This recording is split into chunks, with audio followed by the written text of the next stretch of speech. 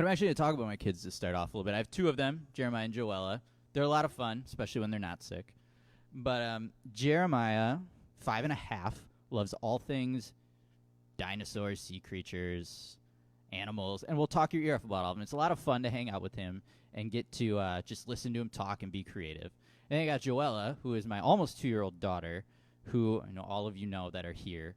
But she is like totally the daddy's little princess with me wrapped around like both little pinkies and all of that. You know, the big blue eyes she smiles at me with, and she can get whatever she wants. But one thing with both those kids that I really liked to do, mostly when they were pretty young, was I would take them for walks. We have this blue car that they sit in that I push. And I really remember it with Joella because it was really last summer we did a lot of this. Is she would sit in the car, I'd put some sunglasses on her, a hat and tilted to the side so she was all cool like Dad. And I would take her when she was really cranky usually. Like right after dinner she would get in this like witching hour. Those of you with kids know that the witching hour is very real. Just a time, yeah, they're booing it. Yes, that is a time you would boo your own children because there is nothing you can do to really calm them down. So I would take her for a walk. We'd have daddy-daughter walk time. And it was just to try to do anything, but also it was a lot of time we got to spend together.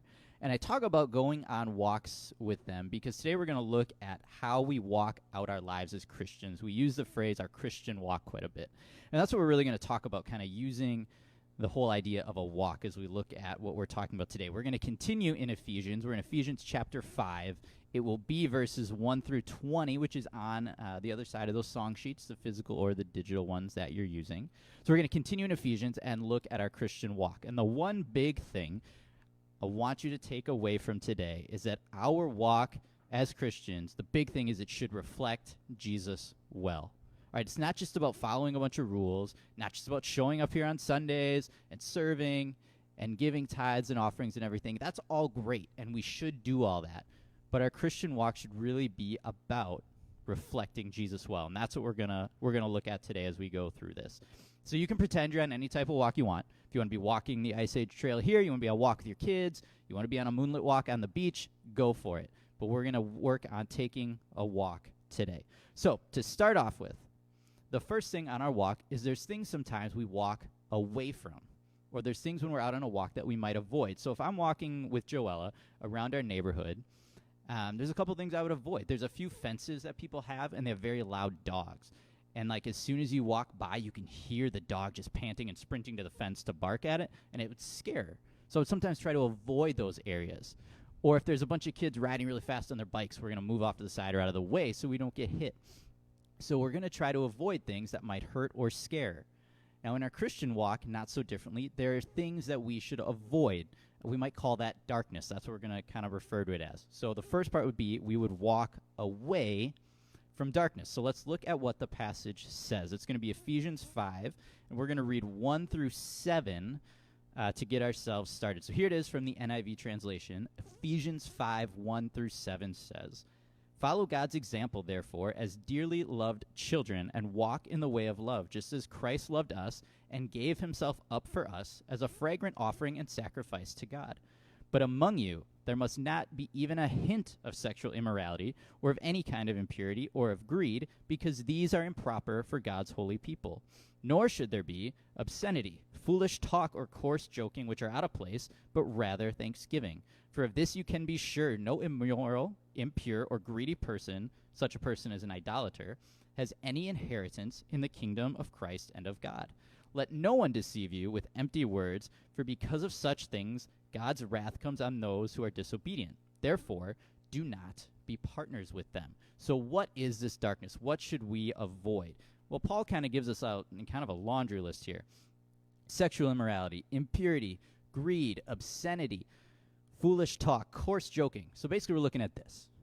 We're not sleeping around with everybody, not looking at things on the computer we shouldn't, we're not dropping 4-letter words all the time, or making terrible jokes and dirty jokes all the time. Now it sounds like, hey, where's all the fun, right? Like we can't have fun. He's not saying to not have fun, but he's saying like, let's keep it in check. He's not saying we can't crack jokes or have casual conversation, but he's saying, hey, there is a way that we need to reflect Jesus in these conversations. Full disclosure, I have an issue sometimes with the rough language. When my family was sick, I had a lot of words to describe this week that were 4 letters, and they were not hope, pray, love, okay? So it's hard. All right, it's hard, but he's telling us, hey, these are things that are more darkness, and they cover up the light that is Jesus, and we should avoid these things. They don't reflect him well. What I really think we do with these things is we, in essence, we make idols out of them. All right, we turn them into things that take all of our time. Now, they're not the idols that we think about maybe in the Bible, where you're actually having something physical and worshiping, but an idol being something that takes our passion, our desire, and our focus away from God and onto something else that doesn't reflect him as well. So it becomes more about us as a person, and it's less about Jesus. It's how we look to ourselves, how we look to people around us, rather than Jesus. There's a saying sometimes in the sports world, what should be more important is the name on the front of the jersey, not the name on the back. So I brought one of my jerseys here. I want to show you here. I collect soccer jerseys. Big soccer fan. All of my jerseys here, I think I'm at 10 or 12, were bought in the country the team plays in. That's kind of my thing. So when people travel, I have them buy me jerseys. This is Portugal. It's a Portugal national team jersey. I had a buddy about 12 years ago go to Portugal. And so this is a Portugal crest here. And on the back, it's hard to see here because I'm holding it up, but it says Ronaldo. So any of you that are familiar with soccer would know the name Cristiano Ronaldo, arguably one of the best soccer players in the world. Scores a lot of goals, one of the most athletic physiques, good-looking guy, all this stuff. But Ronaldo has a rap for being a player that definitely cares more about the name on the back of the jersey than on the front. There are pictures of him after his teammates scored a goal where he looks visibly annoyed that they scored and not him. And they have this on camera. He is a guy that's known to care more about himself than about the team he was on. And I tell that because we should think about Jesus and reflecting Jesus well as the name on the front of the jersey. That's the one that needs to be reflected well. Because here's the thing. If we reflect that team name, if we reflect Jesus well and represent him well, as a byproduct, we'll represent ourselves well. Representing him well first, we will represent ourselves well. So think about it. Where in your life, maybe, are you not avoiding all the things you should? Or maybe you're partially avoiding and letting some of those things sneak in.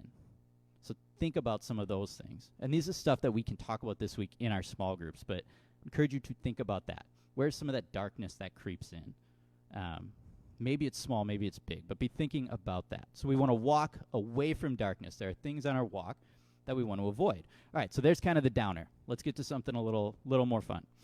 So we should walk now with our light shining. That's going to be part 2. Walk with your light shining. What do I mean? Well, it's kind of letting people see who we really are and who we're really supposed to be. So we'll go back to me and Joella walking. So we're out on our walk. I want people to see us as neighborly and friendly and courteous. You know, we're going to smile. We're going to wave. Maybe we're going to stop to chat. Joella will wave to every dog that walks by, and I feel really bad for the people walking their dogs because she's out there waving, saying, hi, hi, hi, and they're like, oh, that's so sweet. She's saying hi to me. I'm like, she is not saying hi to you. She is saying hi to the dog. But either way, she's being friendly and courteous, and we're trying to show that's who we are. We're walking with that light shining. So let's see what the text says. So this is going to be 8 through 14 from chapter 5. For once you were darkness, we just did that. Now you are light in the Lord. Live as children of light. For the fruit of the light consists in all goodness, righteousness, and truth, and find out what pleases the Lord. Have nothing to do with the fruitless deeds of darkness, but rather expose them. It's shameful even to mention what the disobedient do in secret. But everything exposed by the light becomes visible, and everything that is illuminated becomes a light. This is why it is said, wake up, sleeper, rise from the dead, and Christ will shine on you. So letting our light shine, kind of in 2 parts what happens here. It says we are children of the light, so we should really be who God made us to be. All right, we are children of God. God's the light. We're children of the light. Let that show. And it says, find out what pleases the Lord. He says it, goodness, righteousness, truth. How else do we find out what God has for us? We spend time with him in worship, reading our Bible, in prayer. And I'm talking about more than just here on Sunday morning, more than just Tuesday or Wednesday in our small groups. Because the more time we spend with God, the clearer that line of communication is, the more frequent we're in communication with God and letting him see us, the more clear it becomes how we can let that light shine and how he would have us live. Also, those convictions, those darkness moments, they open up a little clear when we're spending that time with God. So spending all that time with him helps us know what that light is in our lives to let it shine. Well, the second part, letting our light shine can help others. And it talks about it exposes the deeds of darkness, and that everything exposed becomes visible. Now, when I first read this and I think about exposing the deeds of others, I go to like all the crime shows I'm obsessed with, and people like running around in these clandestine meetings and bugging people's phones to find out all the dirty deeds they're doing, and then writing that big article in the paper, and everybody's threatened by it and everything like that. No, I'm going to expose you. That's not what this is saying. This isn't talking about exposing deeds in that way. What this is doing is that our light, the way we live, just by living as light, helps other people see what's in them. I think about this with the old classic Disney movie Beauty and the Beast. Great one from back in the day, right? So storyline, there's this prince that's kind of full of himself. So at the very beginning of the movie, gets turned into the nasty beast, takes the old man hostage. His daughter, Belle, comes, and they switch places, and Belle becomes the prisoner. Now, throughout their time together, Belle is just kind of her. She's this nice, calm girl, and the beast is still just this kind of gruff, rough, yelling at everybody, living in this dark room, yelling at everything around the castle. But throughout their time, he softens. I think it's because of the way Belle kind of lives, when she's kind and nice to him, and she eats with him, and she starts to see all these things in her, and it draws them out of him. So now he's not eating crazy. He's not as gruff and rough. He's starting to become a little more tender-hearted. So our example helps others see where they might need to change. Last week, Julie talked about putting off our old self and putting on the new self. And my favorite part was she said, sometimes these old ways, our old self becomes so ingrained in us that it becomes comfortable or it becomes hard to see because we're just so used to it. And that's super true. But I think when other people have that issue, right, where it's so ingrained they can't even see it, us living as the light without even saying anything, just living in the way that God has for us, they can see that darkness in them.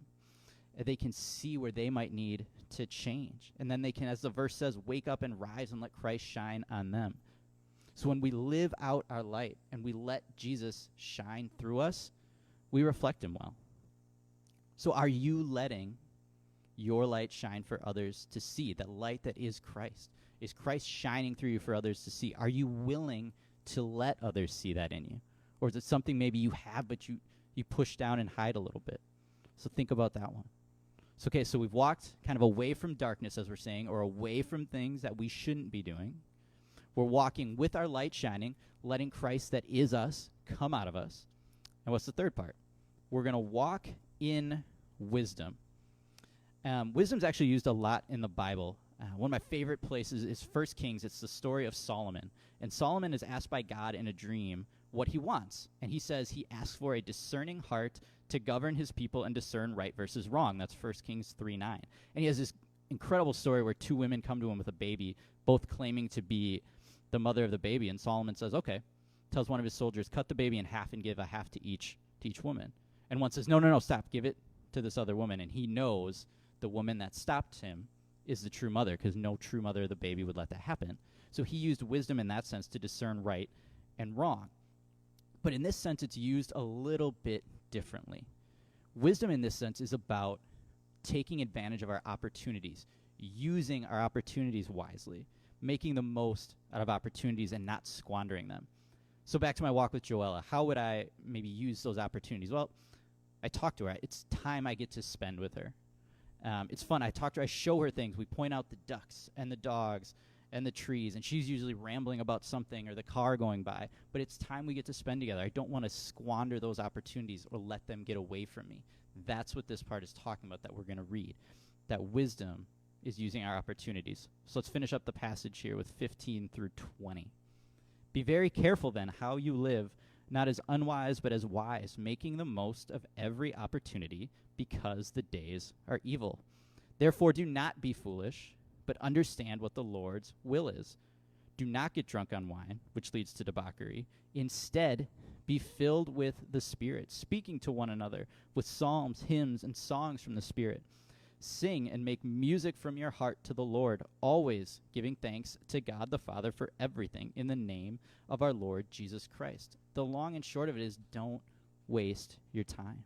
Take advantage of all these opportunities. It says, don't let yourself fall into debauchery, which are kind of defined as uncontrolled acts of a drunken man, but it's wasteful is what it is. That's what he's warning us against here. We look at the parable of the prodigal son, if you're familiar with that. He asks for all of his inheritance. He asks for everything, and then he goes out and squanders everything he's been given. He wasted all of this that he had. So we shouldn't try to fill ourselves with things that are fleeting, with instant moments, or things that are wasteful, but instead be filled with the Spirit and filled with God. We can easily miss opportunities if we're not ready for them. We can show Christ in every interaction and every moment impact on somebody, because opportunities are always there. They're always there. We just have to be ready to take advantage of them. I was thinking about this one and thought about a country song. All right, I'm a big country music fan. I might be one of the few in here, but that's okay. There's a song called As She's Walking Away by Zac Brown and Alan Jackson. And the whole premise behind the song, it's a classic country song talking about broken hearts and everything, and there's mentions of pickup trucks and all that good stuff. But the whole idea behind the song is there's a young guy and there's an older guy in the bar. And the younger guy sees the girl kind of across the bar and is like, man, she could be the one. And the chorus is like, don't be falling in love as she's walking away. You don't let that opportunity go. In the second verse, the old guy that's sitting at the bar says, son, I missed my chance. Don't be the same as me, basically. Go ask her to dance. Go on, son. And again, don't be falling in love as she's walking away. And then the end of the music video, I think, is this very dramatic. She's about to walk out the door, and the guy just says, hey. And then it ends. And we're left to wonder, like, well, did it work? Where's the sequel? But the whole point of that song and of the video, everything, is to not miss that opportunity. He's got a chance there. All he's got to do is say hi or talk to her.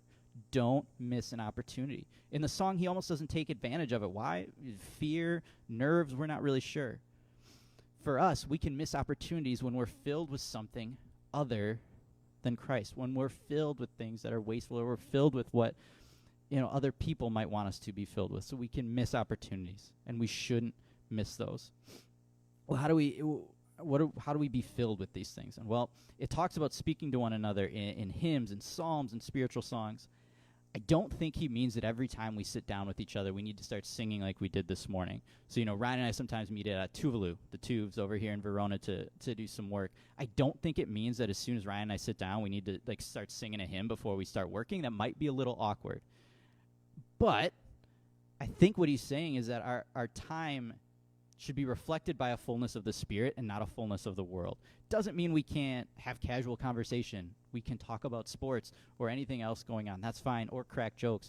But as long as it's the fullness of the Spirit that is really guiding that time and relation building or whatever it is, that's what's important. Because when we're filled with something wasteful, it's those wasteful things that pop up. But when we're filled with the Spirit is what will bubble over and is what comes up in those conversations. Because it's not saying to be empty. It's saying to be filled with the right thing, to be filled with Jesus. That's what it's about. Being filled the right thing, walking in wisdom, taking advantage of every single opportunity that we might have. So how can you walk in wisdom? What opportunities are there for you on a daily basis, big or small? I'm going to guess there are opportunities that you haven't even thought of or haven't realized that you have. And then overall, we've taken this walk, right? We've avoided some things and trying to walk away from darkness. We're letting our light shine in our walk, and we're walking in wisdom. So overall, how do you feel like your Christian life is reflecting Jesus? Is it reflecting Christ well? Can others see Christ in you? Are you walking away from things that you should avoid? And are you letting that light shine? Or are you trying to cover it up sometimes, maybe out of nerves? I know that happens to me sometimes. So think about that overall Christian walk. And again, we'll talk about this hopefully in our small groups this week, about how we can really let our lives, let our walk reflect Jesus well. Let's pray that way this morning. God, we thank you for this morning that we could dig into this some more, that we could learn from what Paul wrote to the Ephesians about walking well with you, God, about reflecting who you are, that we are children of the light, God, and that we want our lives to really reflect that and to illuminate who you are. God, I pray that we would look at the things in our lives that we need to avoid, big or small, and that you would bring those to the surface in us, God, and we'd be willing to take steps away from those. And God, I pray that we would let our lights shine. God, that we would live that way, that people could see you just in how we act and how we behave, God. And God, I pray for every opportunity we have, any interactions, God, that people would see us in those. And God, that they would be impacted by just how we interact with them and what we do. So God, we thank you for this morning, and we thank you for the example that you give us in how to live. In your name, amen.